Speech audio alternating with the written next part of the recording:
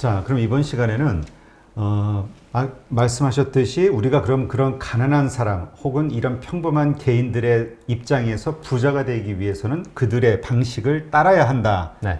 그들이 노는 물에서 놀아야 된다. 이 네. 말씀을 하셨는데 구체적으로 한번 볼게요. 네. 그래서 우리가 이제 보통 주식 투자를 하지 않습니까? 네. 근데 주식 투자를 할 때는 사실 두 가지 목표를 가지고 하잖아요. 하나는 그 자본 차익, 네. 그 다음에 하나는 배당. 네. 이렇게 이제 보는데 네. 왜 두 가지가 아닌 배당을 먼저 우선시 하시나요? 네. 사실 대표님 그렇게 말씀하시지만 우리가 주식 투자하면서 배당에 관심이 가지기 시작한 게 진짜 얼마 안 됐어요. 하긴 뭐 그렇죠. 우리가 이 원론적인 얘기지 네. 사람들이 배당 보고 투자한 사람들은 많지는 않죠. 주식 투자의 본질은 배당인데 사실 매매 차익은 추후 두 번째거든요. 원래. 그런데 우리나라는 이게 전도되어 있는 게 뭐냐면 매매 차익이 먼저고 배당은 아예 관심이 없는 경우, 지금까지 그래 왔다는 거를 지금 정상으로 회복시키자는 게 제 얘기예요. 자, 주식 투자가 뭔가를 먼저 보니까, 예를 들면 대표님이 815 모니터 사업을 하시는데 이제 투자를 받고 싶어요. 네. 그래서 제가 대표님한테 1,000만 원 투자하기로 했어요.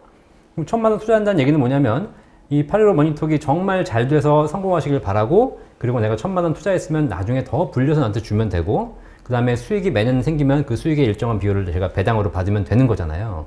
그죠? 근데 네. 제가 1,000만 원 투자하고 난 다음에 내일 전화해요. 다음날. 대표님, 얼마 벌었어요? 얼마? 어제 좀 벌었어요? 예? 또 떨어졌어요? 이렇게 맨날 물어보는 거예요. 누군가 나에게 투자했는데 맨날 전화해가지고 올랐니, 떨어졌니, 수익이 잘 나니, 안 나니, 이런 거 가지고 물어보면 기업하는 사람들 짜증날 거 아닙니까? 그렇죠. 원래 주식 투자는 진짜 우량한 회사, 가치 있는 회사에 내 돈을 맡기고 그 투자해서 그 회사의 성장과 함께 하는 것이고, 그 와중에 일정한 수익에 대한 배당을 받는 것, 그리고 5년, 10년, 20년 지나서 회사가 정말 성장했을 때 거기에 대해서 진짜 회사의 가치에 대한 성장분을 받는 것이 투자인데, 지금은 그것이 아니라 그냥 일정한 도박판이 되어버린 거죠, 그냥.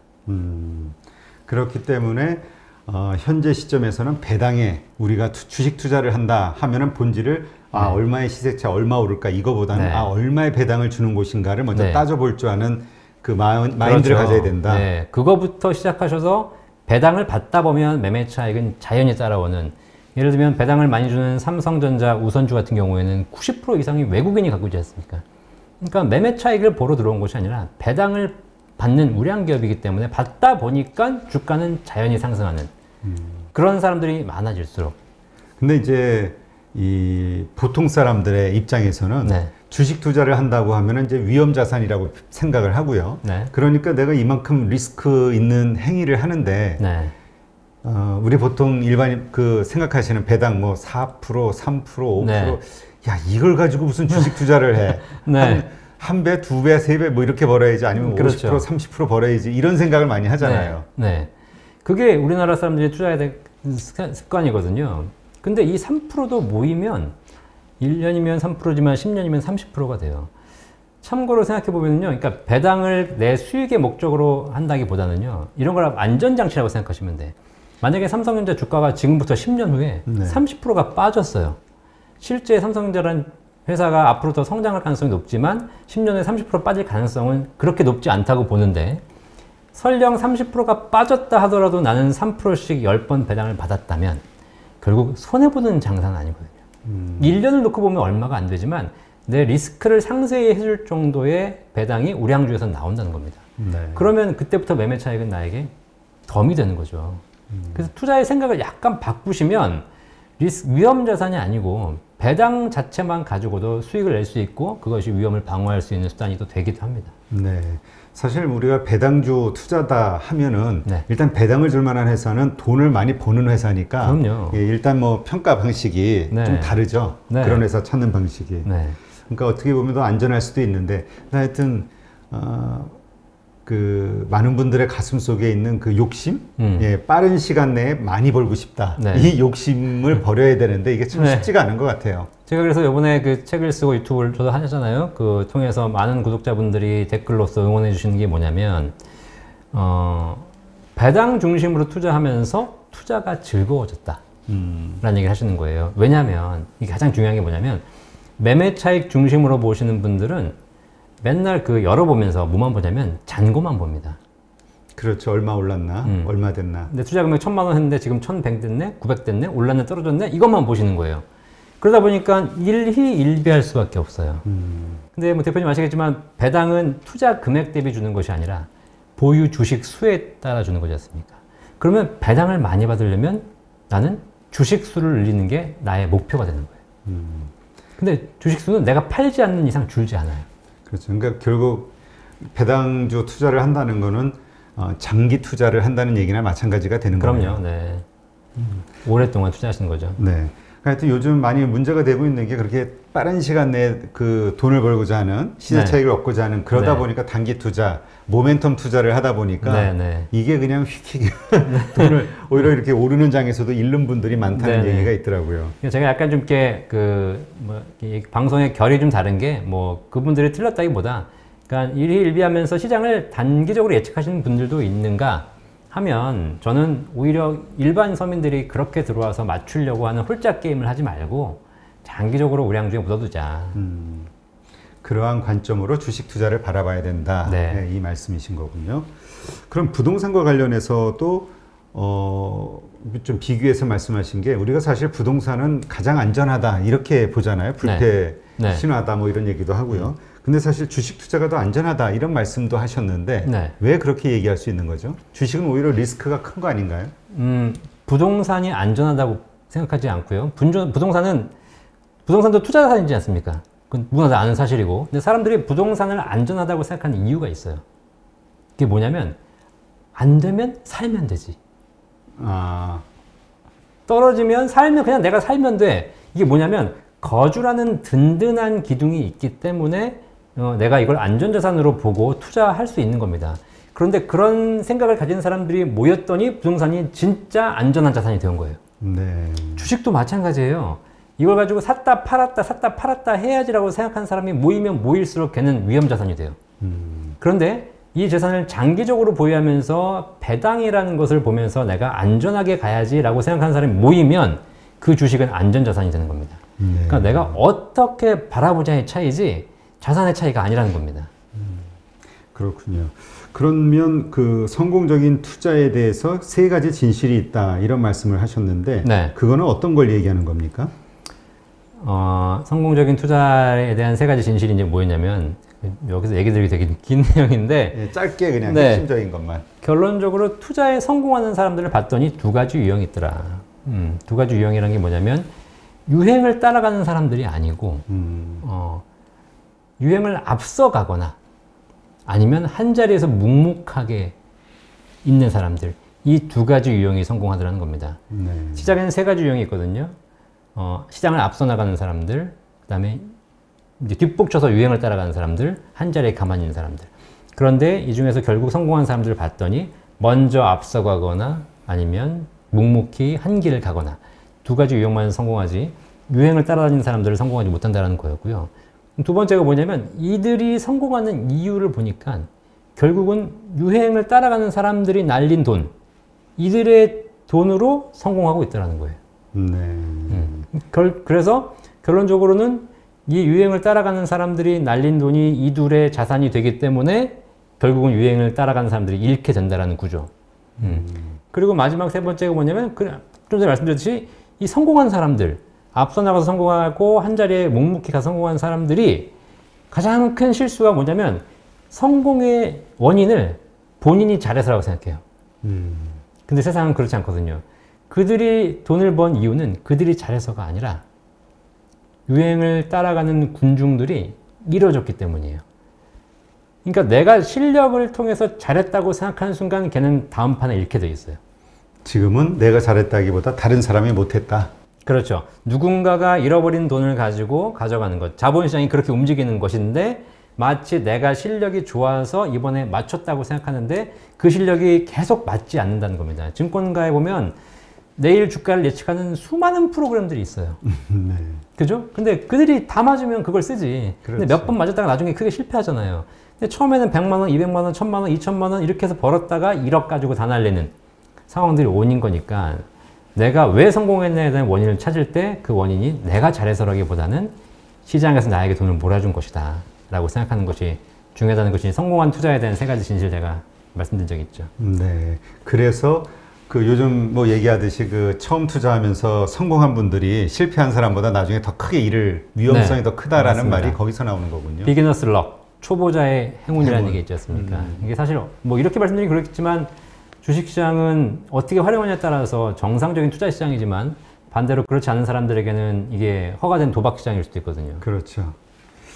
그렇다면 이제 부자와 함께 동행하는 그들이 네. 하는 이제 투자법에 네. 대해서도 한 9가지를 이야기하셨는데 네. 일단 부자들은 자기가 아는 거에만 투자한다라고 하는데 네. 잘 실감이 안 되거든요. 왜냐하면 부자들은 더 많은 정보를 얻고 네.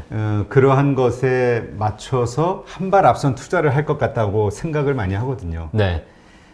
그래서 일반인들도 아는 것에 투자하자는 거예요. 모르는 것에 투자하지 말고. 이게 무슨 얘기냐면, 뭐, 펀드도 많고 주식도 많고 투자 사람도 많아요. 근데 사람들이 대부분 다 전문가를 통해서 뭔가를 물어보려고 정보를 얻죠. 근데 그냥 단적으로 말씀드리면, 과연 전문가가 일반인보다 더 많이 할까? 라는 생각을 하기 시작한 겁니다. 저도 금융시장에서 일하지만 제가 아는 수많은 전문가들 다 찍는 애들이에요. 그러니까 이게 공부를 한다고 하지만 그것이 맞기가 쉽지 않은데 마치 뭔가를 물어보면 답을 맞출 것처럼 생각하지만 그렇지 않더라는 거죠. 그런데 이제 전문가한테 물어보면 어떤 일이 생기냐면 그분이 알아서 해줍니다. 네. 뭐 사세요, 뭐 파세요. 그래서 그냥 뭐 사려니까 사고 팔리니까 팔고 뭐 예를 들면 펀드가 있어요. 그럼 펀드에서 알아서 하는 대로 하는 겁니다. 그러면 시간이 지나면 어떤 일이 벌어지냐면 분명히 돈을 벌었고 분명히 돈을 잃었는데 왜 벌었는지 왜 잃었는지를 알 수가 없는 거예요. 애가 학교 가서 시험을 봤는데 수학 문제를 틀렸어요. 그럼 왜 틀린지 알아야 다음 문제를 맞는 거잖아요. 다음 시험에. 그렇죠. 근데 왜 틀린지 모르고 그냥 틀렸구나라고 넘어가는 거예요. 맞았는데 왜 맞았는지 모르고 넘어가는 거예요. 그래서 우리나라 사람들이 그런 것들에 의해서 쭉 진행되어 왔다 보니까 실제 사람들이 투자에 대한 노하우, 투자에 대한 실력, 투자에 대한 본질을 깨닫는 게 너무 늦은 겁니다. 그래서 오히려 직관적으로 알 수 있는 것에 투자하자라고 이제 결론을 만들어 가는 거죠. 네. 근데 이게 사람의 심리가 잘 알고 있다라고 생각되는 것에 대해서는 네. 매력을 못 느끼잖아요. 네, 그리고 이게 아는 것이 결과적으로는 일반인 입장에서는 뭘 잘 모르기 때문에 그래서 우량주에 투자라는 건데 그러다 보니까 우량주는 등락폭이 작잖아요. 그렇죠. 1,000원짜리가 10,000원 되기를 원하지 100만 원짜리가 200만 원 되는 것은 힘들다고 생각하잖아요. 그러니까 그 아주 소형. 네, 자꾸 그렇게 가시는 거예요. 그래서 돈을 막 상장 폐지라는 말, 그 주식 잘못하면 상장 폐지 당한다는 말을 네. 쉽게 하시고 네. 사실 그런 우려성이 있는 것에 투자를 한다는 것 자체가 잘못된 건데요. 맞습니다. 근데 그 진짜 저희도 이렇게 방송을 하다 보면 많은 전문가들하고 나와서 어떻게 주식 투자를 해야 되는 원리라든가 원칙이라든가 이런 거에 얘기하면 항상 댓글에 그런 분들이 있어요. 아, 됐고 그래서 뭐 사냐고. 네. 종목을 알려달라고. 네, 맞습니다. 근데 말씀하신 대로 진짜 그 종목을 알려드리면 이게 왜 샀는지를 모르니까 저 네. 사람이 살해서 샀는데 그러고 뭐 그런 경우 있잖아요 또. 네. 그러면 이게 올라도 진짜 왜 올랐는지 언제 팔아야 될지 네. 갑자기 떨어지면 이거 팔아야 되는지 뭐 더 사야 되는지 이거 모르니까. 네. 그래가지고 실제로 사락을 샀어요. 근데 뭐 열심히 오르다가 또 떨어지기도 하잖아요. 한참 손해보고 이제 어쩔 수 없어가지고 손절하려고 전화한 거예요. 이제 전문가한테. 네. 응? 아, 그거 당신이 사는 거 사가지고 지금 손해보고 있다. 그럼 전문가들이 뭐라고 하냐 이렇게 얘기해요. 아직도 안 파셨어요? 그러니까 이게 뭐냐면 뭐 아무리 좋은 정보를 할지라도 들어가는 것도 중요하지만 나오는 것도 중요하지 않습니까? 그렇죠. 네. 근데 그런 것들에 대해서 잘 모르고 하시다 보니까 삼성전자 같은 종목을 가지고도 10배 수익을 내신 분들이 있으신가 하면 삼성전자로 반토막이 나신 분도 계시다는 거예요. 그렇죠. 그러니까 무슨 종목이냐보다 어떻게 투자하냐가 더 중요한 거죠. 네. 근데 이제 그게 결국은 이제 이 부동산과 달리 주식은 너무 쉽게 사고 팔고 할 수 있는 네. 이게 장점이자 단점이 있으니까 네. 그런 게 아니냐라고 말씀하시는 분들도 있어요. 그래서 네. 국민연금 같은 경우는 워낙 이렇게 사면은 잘 안 파니까 네. 팔면 물량이 많으니까 쉽게 그렇죠. 못 팔죠. 네. 그러니까 이게 수익률이 괜찮다 네. 이런 얘기 하시면서 네. 결국 우리가 우리 심리를 개인이 이길 수 없으니 전문가에게 맡기는 게 낫지 않느냐라고 네. 말씀하시는 분들도 있는데 네. 대표님은 좀 반대신 것 같아요. 자, 그 말씀 맞아요. 그래서 전문가를 하고 저도 펀드를 권유하면서 ETF를 별로 이렇게 바람직하지 않게 보는 게 ETF는 데일리로 거래해야 되지 않습니까? 삼성전자 주식도 제가 영상을 그렇게 올린 적이 있습니다. 삼성전자 주식을 매일 사면 어떻게 될까? 매일 한 주씩 사면. 네. 그럼 매일 한 주씩 사면 부자가 되겠구나 라고 사람들이 들어와서 영상을 보는데 실제 영상을 보는 건 뭐냐면 매일 한 주씩 사면 매일 주식을 보게 된다. 그러면 매일 일희일비하게 되고 그러다 보니까 결과적으로 실패할 가능성이 커진다라는 거였거든요. 그래서 이렇게 왔다 갔다 하는 것보다는 전문가에게 맡기는 것이 더 좋긴 한데 오히려 내가 우량 종목 하나에 집중해서 사게 되면 그런 부분들이 점점 상쇄될 수 있도록 할 수 있다는 거죠. 그게 이제 투자 가치, 매매 차익에 집중하지 말고 배당에 집중하자 라는 것이 이제 오히려 그 리스크를 해소할 수 있는 방법이 되는 겁니다. 네. 그러면 역시 부자들은 우량 자산에 집중하는 것처럼 우리도 아까도 뭐 저 말씀하셨듯이 그러니까 뭡니까 부동산을 사도 강남에 네. 1등주 네. 이런 것들이 필요하다라고 보시는 건가요? 네. 그러니까 지금 말씀하신 대로 내가 전문가가 아니기 때문에 어떤 종목이 좋은지 어떻게 투자해야 되는지를 잘 모르시는데 사실 우리나라에서 제일 좋은 회사가 뭐냐라고 물어보면 길 가는 초등학생은 다 알고 있다는 거죠. 네. 그러면 우리가 가장 우량한 자산에 투자하면 오히려 훨씬 좋은데 자꾸 밑으로 가서 좀 가치 평가가 저평가되어 있는 종목을 찾으려고 하니까 힘든 거예요. 근데 그렇게 하다 보니까 리스크가 커지는 거죠. 네. 차라리 그냥 우량 자산에 투자하자. 그리고 10,000원짜리가 20,000원 되는 것보다 100만 원이 200만 원 되는 것이 훨씬 더 빠르더라는 겁니다. 결론적으로 놓고 보면. 그러면 그거는 어떻게 보세요? 보통 우리가 사고 팔고 하게 되면 네. 그 원금이 녹아날 가능성이 높은 거를 뭡니까? 비용. 네. 비용 때문에 녹아날 가능성이 높다 이런 얘기를 많이 하잖아요. 그래서 맞죠. 사면은 가능한 팔지 말아야 되고 네. 자주 팔지 않아야 되는 주식을 사야 되는 거고 이런 얘기를 하시는데 네네네. 비용이 그렇게 무서운 건가요? 실제로 펀드도 비용이 들어가고 주식 거래도 비용이 들어가고 저도 그 비용으로 먹고 사는 사람 중에 하나입니다. 네. 그런데 진짜 보다 보니까 이 사고 팔고 하는데 거래 수수료가 적지 않게 들어가거든요. 특히 요즘은 온라인으로 하시는 분들은 수수료가 굉장히 적지만 특히 뭐 이제 직접 증권사에 전화해서 하시는 분들은 수수료가 높고 근데 그렇게 해서 매매 회전을 계속 하다 보면 1년 내내 매매 회전하다 보면 어떤 일이 벌어지냐면 내 원금만큼의 수수료가 발생하는 경우도 있어요. 아, 그러게요. 네. 나는 손실이 왜 나나 봤더니 이게 투자 손실이 아니라 나중에 알고 보니까 수수료로 전부 나간 거죠. 저도 전에 어떤 분 이렇게 말씀을 들어보니까 네. 뭐 예를 들어서 번개 한 1억이면은 수수료가 6천 나갔다고. 그러니까요. 그 모든 문제를 해결할 수 있는 방법이 결론적으로 우량주 한 종목을 장기 투자하는 거라는 거죠.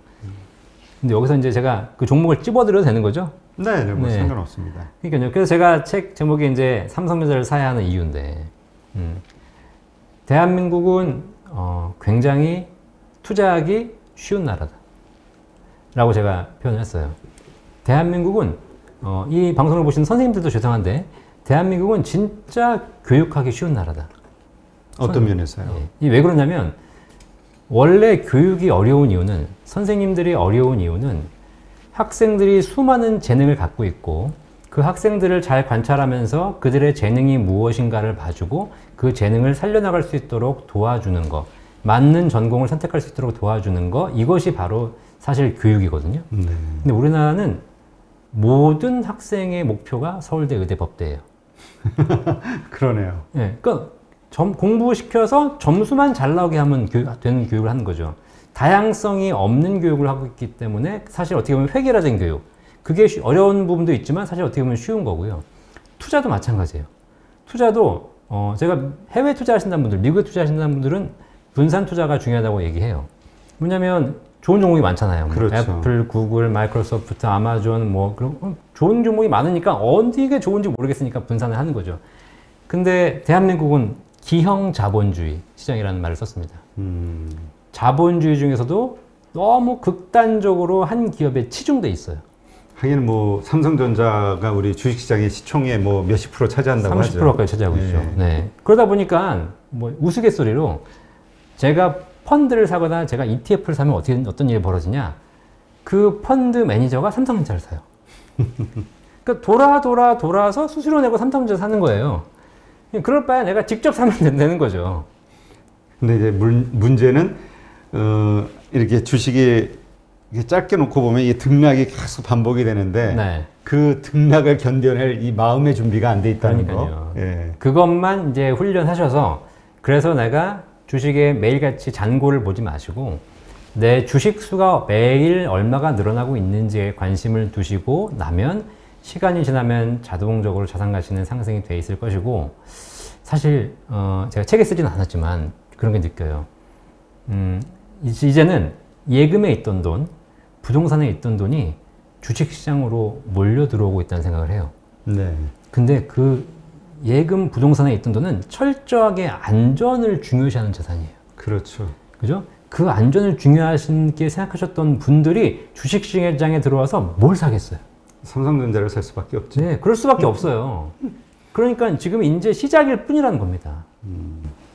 그러면 이제 그 삼성전자를 왜 우리가 구체적으로 사야 하는지 얼마나 매력이 있는지는 또 계속해서 한번 이야기를 나눠보시죠.